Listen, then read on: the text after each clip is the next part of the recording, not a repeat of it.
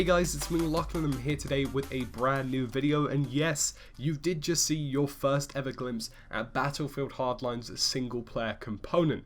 Now briefly, whilst this footage is frozen, I will explain everything which is going on in today's video, which is an ever expansive category of information regarding Battlefield Hardline's single player with exclusive footage, exclusive details, and everything in between that you could possibly want. So as you may have gathered, I was lucky enough to attend a Battlefield Hardline single player event and play the actual single player component for a couple of hours to build some impressions, take them away, and bring them to you in the form of lovely exclusive footage and some ideas which the developers gave us and stuff that we just generally got to play through. Now, as a double lucky boy, this event actually took place at Stamford Bridge, which you can see my lovely photography skills on screen right now. And Stamford Bridge happens to be my favourite club's home ground, Chelsea FC, and this was a completely surreal experience, and it was really good fun as well. Now, whilst we were there, of course, we managed to play the game for a good couple of hours, a good stretch of time on PlayStation 4. We got to build our own ideas and impressions. We spoke directly to some of the developers, including Steve Paputis, who was there at the time, and some of the single player developers which were on scene too. We got to give them some direct feedback from what we'd played, offered some ideas, some suggestions, and it was just a very all-round positive and well-focused event based around the single player, but we also got some ideas about the multiplayer and, threw them in the mix as well.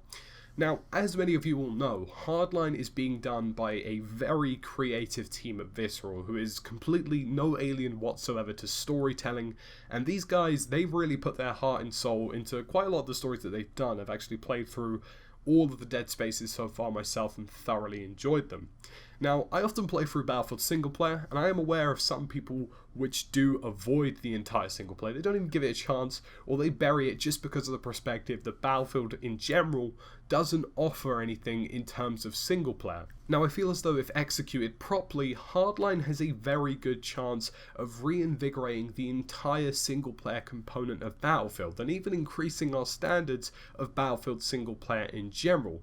So as you can imagine, being able to play it early with all of this potential out on the table and on board from Visceral, there was a very good room for discussion. There was a very good room for getting hands-on, enjoying it, understanding it, and offering our own suggestions and letting you guys see the potential which is there as well.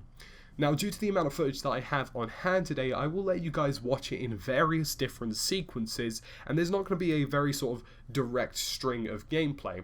Now, during these different sequences of footage, I will interject when there are points worth mentioning and give you guys an overall impression as to what's going on, some of the key features and key systems of the game, and explain what Hardline is doing in terms of single player, and hopefully explain how the developers have shaped their story and how they want it to run. So guys, I hope you enjoy the footage, and to kick it off, we're going to be looking at something the developers outlined as basically the bread and butter of the entire story. Follow him with your scanner to make sure he doesn't blow this. I don't recognize any of these guys. Just keep on that scanner. Figure out who we're looking at here. That thing's equipped with a digital shotgun mic. Scan around and listen in.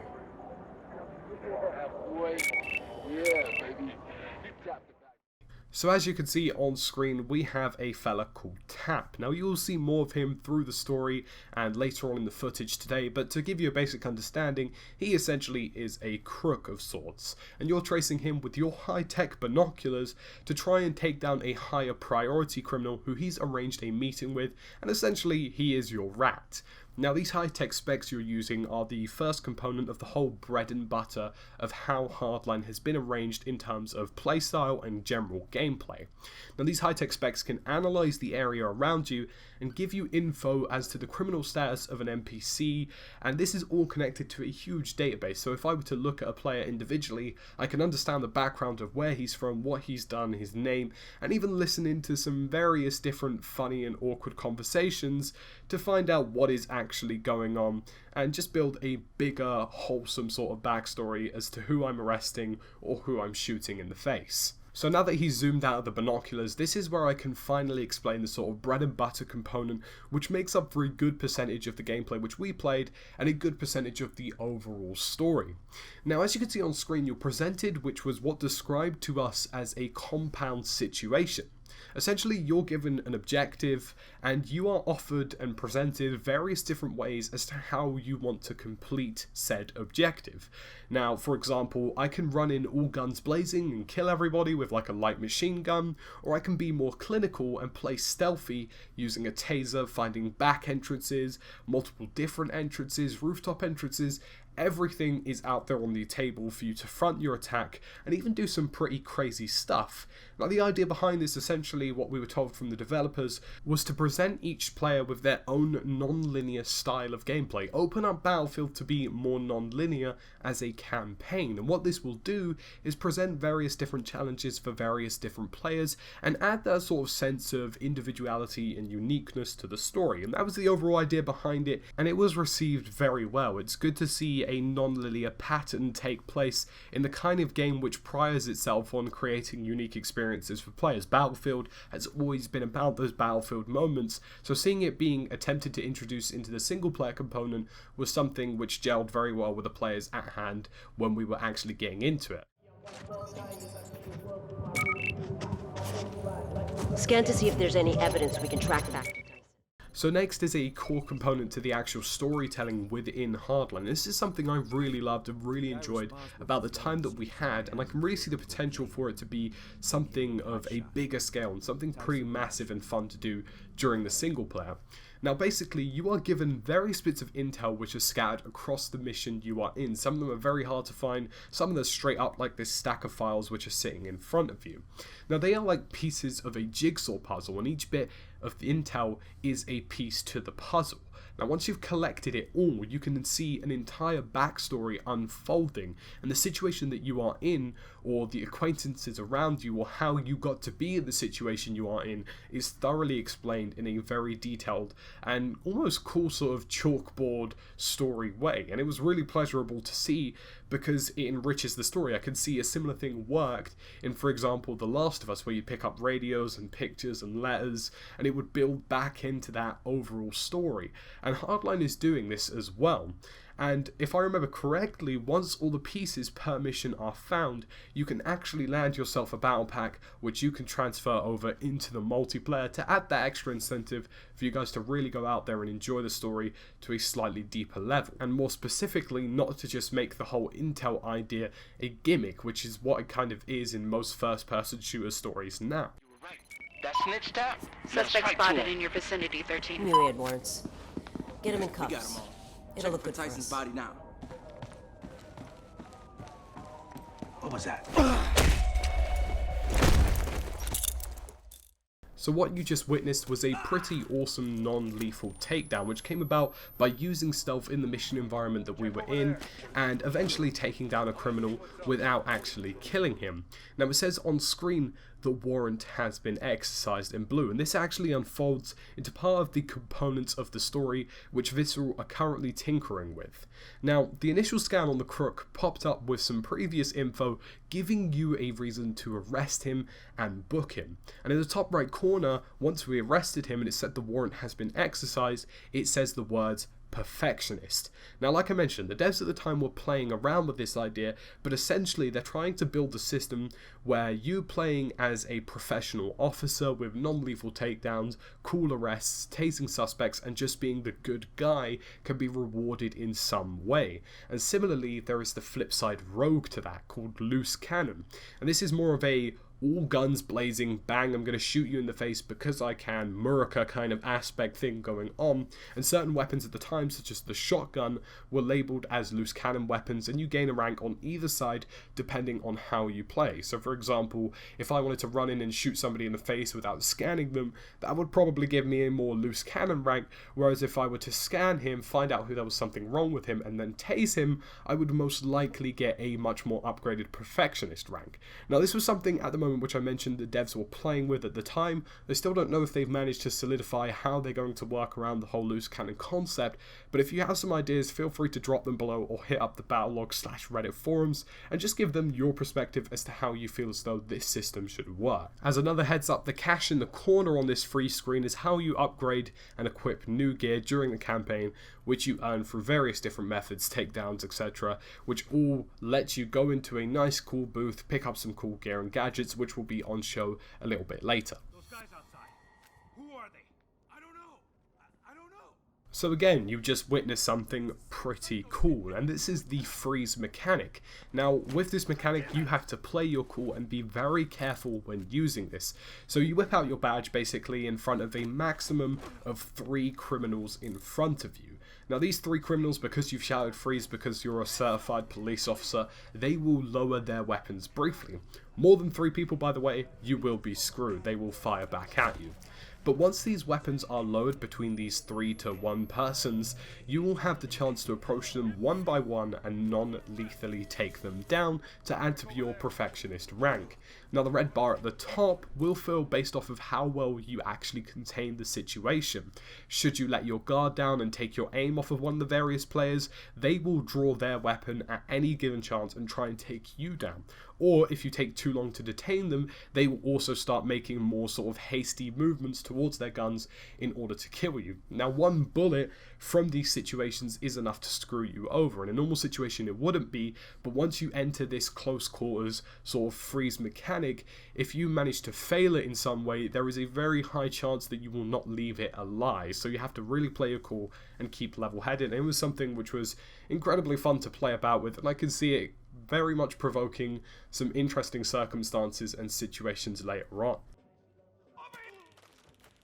Again, you just saw some various different takedowns within a compound event.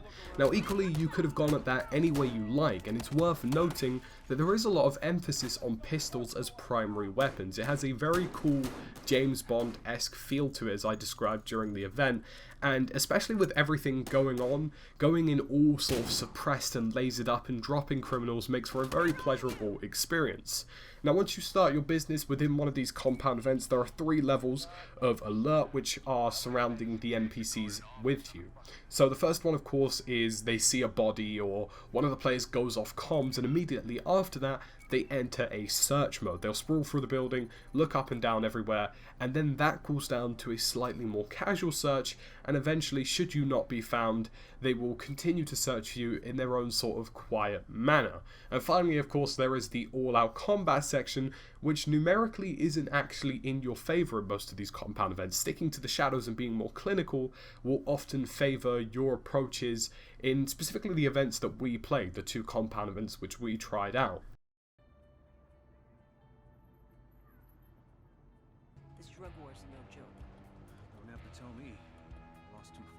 Now this section of footage which I'm showcasing whilst I'm talking is just essentially explaining and giving you guys an understanding of the environment and surroundings that we found ourselves in. And the Visceral team has done an incredible job of making the streets of Miami to the highest end of security complexes feel unique and surreal and very much immersive in their own ways. For example, we were walking through the streets of everyday LA thug life with blaring music, domestic violence, and lots of shouting, dogs barking, you know, everything fit right in. And in a similar fashion, the conversation between our protagonists fits right in the area and builds into the ever-growing backstory, which was also nice to see. There's even elements of comedy and drama in there, and it was all sort of rocking together in one cohesive wave.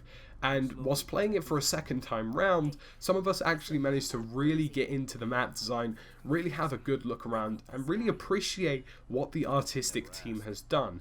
Now in the compound situation which you first saw, we were in an abandoned old school with old equipment and school posters scattered everywhere with dilapidation, graffiti. The artistic team at Visceral really had a ball, and what made it incredibly special was the combat within those surroundings. Now, alongside having these cool places, it was awesome to see them getting completely torn to pieces with wood snapping and glass breaking and furniture being blown to bits, and it was very Battlefield and it was very awesome. So that was something which was a real bonus to take away from the event.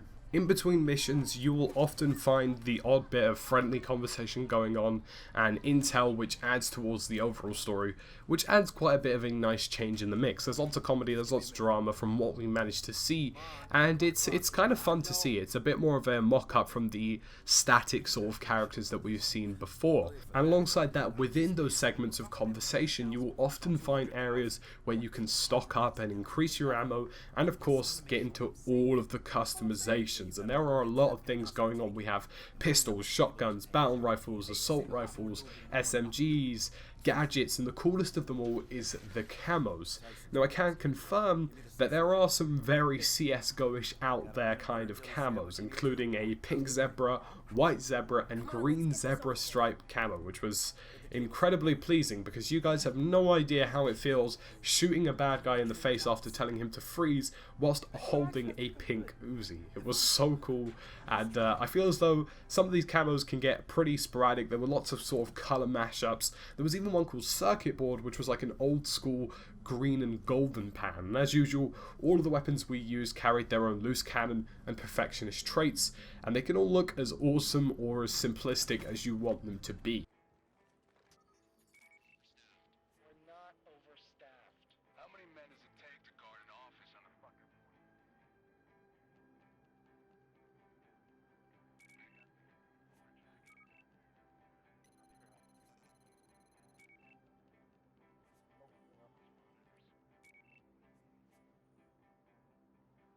Now the next selection of footage was when we found ourselves in a later compound situation in the story. Now you can opt to do this in any way, but we found a way of stalking out the grounds through a parking garage and stealthing through the back entrances. But there were even more ways of doing it, and in this bit of footage they actually ziplined into the business straight away.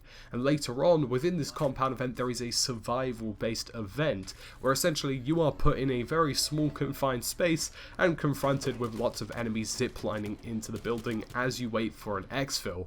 Now, these compound events I feel as though have offered some real sort of potential and unique aspects for Hardline and Visceral in general to put towards the single player experience. And although you guys can't see the actual extraction which happened later on within that compound event, I can promise you it was spectacularly awesome. So that's about it for this incredibly long video of details and footage and stuff. And so for me, I wanted to explain how this section of gameplay which we played stacked up. Now, I felt as though it was driven by a very decent narrative, and from the bits of the story which I gathered, it's heading in a very interesting direction with the protagonists and players that we have to use. The immersion of the surroundings was outstanding, and the backstory level segments of intel combined with conversation between players made for some very good fun as well, especially with those, you know, silver, golden, bronze battle pack incentives too. And I feel as though, again, Visceral will have a very unique opportunity to improve the standards of Battlefield single player. Their storytelling, coupled with their non-linear approach, should make for something above satisfactory for most players. And a lot of what I was playing was still being tinkered with, and technically was, I suppose we can call it a beta phase. There are lots of things which we can approach as well as a community. Now, like I mentioned, there was the loose cannon sort of prospect, there was the perfectionist prospect. All of this is still being played around with, and it's important for us as a community, once you guys have seen this footage, is to post your ideas, give them some influences to go off of, and just let them know how you feel about the story play. So guys, feel free to ask questions over on the forums and get chatting about the single player and any ideas that you have from the footage you've seen today, or even ask me questions directly through the comment section or through Twitter, and feedback to the devs about the story and everything that you've seen here today. Now alongside that, various other videos from various other YouTubers will also be going up soon who I met from the events, so I will link their videos once they're out there. As usual guys, it's been me, Lachlan, and I have to say it was an incredible pleasure and incredible privilege to play Hardline and contribute towards some of the feedback about the single player, and just let my voice and opinion and the opinion of you guys which I've gathered over the last few weeks to be heard, and also give you some details and exclusive stuff to do. Now Hardline for me is incredibly unique, and it has, like I've mentioned, that big bubble of potential around it, and I feel as though we as a community can drive it forward with innovation alongside the developers. So make sure, as usual with all of my Hardline videos, you get into that comment section and you get talking. So fellas, thank you for watching today, and I will see you again with some more Battlefield Hardline very soon.